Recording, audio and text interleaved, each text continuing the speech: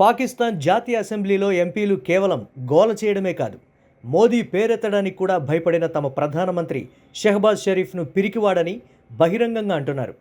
మోదీ పేరు చెబితే ఆ మ్యాజిక్తో స్టీమ్ రోల్ అయిన వారి సైన్యం మనోధైర్యం పెరిగి ఉండేదట. ఇది వారి ప్రచారాన్నే శక్తిగా భావించే భ్రమలో ఉన్న పొరుగువారి తర్కం.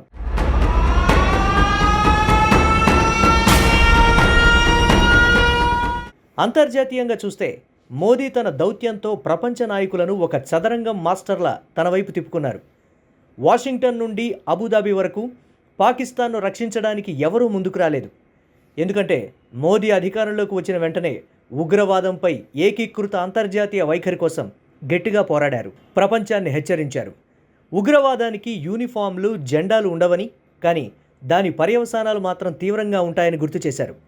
ఒకప్పుడు భారతదేశాన్ని నియంత్రించడానికి పాకిస్తాన్, ఐఎస్ఐతో కలిసి నృత్యం చేసిన అమెరికా 9/11 తర్వాత చేదు అనుభవాన్ని చవిచూసింది. అప్పటి నుండి వారు తాము సృష్టించిన ఫ్రాంకెన్స్టైన్కు నిధులివ్వడానికి వెనుకాడుతున్నారు.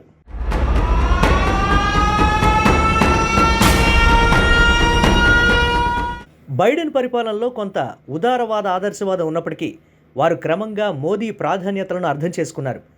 ఇక ట్రంప్ తిరిగి వస్తే ఉగ్రవాదంపై అతని నిక్కచ్చి వైఖరి మోదీ దృఢ సంకల్పంతో పూర్తిగా కలిసిపోతుంది. వీరిద్దరూ కలిసి ఉగ్రవాద వ్యతిరేక వ్యూహాలను తిరిగి రాయగలరు. బహుశా ఇస్లామాబాద్లో ఒక లెక్క తేల్చడానికి కూడా బలవంతం చేయగలరు.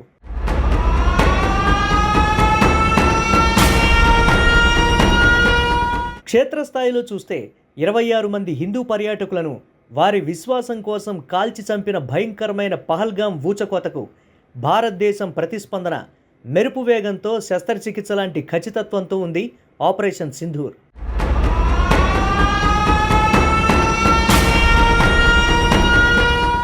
మరోవైపు పాకిస్తాన్ అంతర్గతంగా కుళ్ళిపోతోంది. తూర్పున టీటీపీ మిలిటెంట్లు తమ పట్టును బిగుస్తున్నారు. పశ్చిమాన బలూచ్ లిబరేషన్ ఆర్మీ పాకిస్తాన్ దళాలపై దాడి చేయడమే కాదు, దాదాపు డజను నగరాలపై తమ సార్వభౌమాధికారాన్ని ప్రకటిస్తోంది. ఇది సగం నిజమైన పాకిస్తాన్ ముక్కలు ముక్కలు కావడం ఖాయం.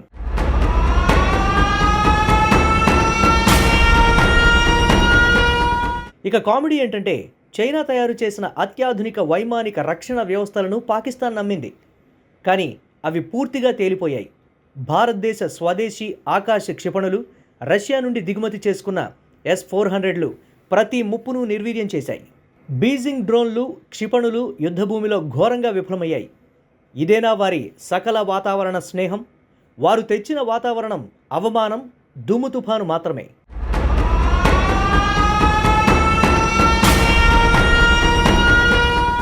దీనికి విరుద్ధంగా పాకిస్తాన్ ప్రతీకార దాడుల్లో లక్ష్యంగా చేసుకున్న కనీసం 15 నగరాల్లో భారత వైమానిక రక్షణ విజయవంతంగా ఆస్తులను రక్షించింది. చైనా, టర్కీ తయారు చేసిన ప్రతి డ్రోన్, ఫైటర్ జెట్, క్షిపణిని క్రమ పద్ధతిలో మినహాయింపు లేకుండా కూల్చేశారు.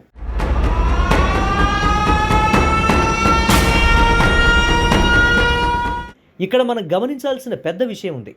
ఇది కేవలం సైనిక విజయం కాదు, ఇది భారతదేశానికి ఒక వ్యూహాత్మక మలుపు.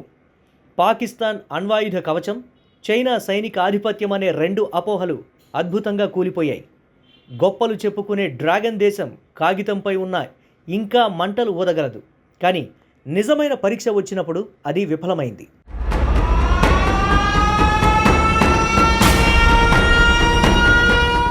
నిక్కచ్చిగా చెప్పాలంటే మోదీ ఇప్పుడు కేవలం భారతదేశ విధిని మాత్రమే కాకుండా దక్షిణాసియాలో ఒక కొత్త ప్రపంచ క్రమాన్ని కూడా శాసిస్తున్నారు. పాకిస్తాన్ ప్రయోగం విఫలమవుతోంది. దాని సైన్యం నాశనం చేయబడుతోంది. దాని రాజకీయ నాయకులు నవ్వుల పాలవుతున్నారు. దాని అణ్వాయుధ బెదిరింపులు రాత్రిపూట ట్విట్టర్ జోకులుగా మారిపోయాయి.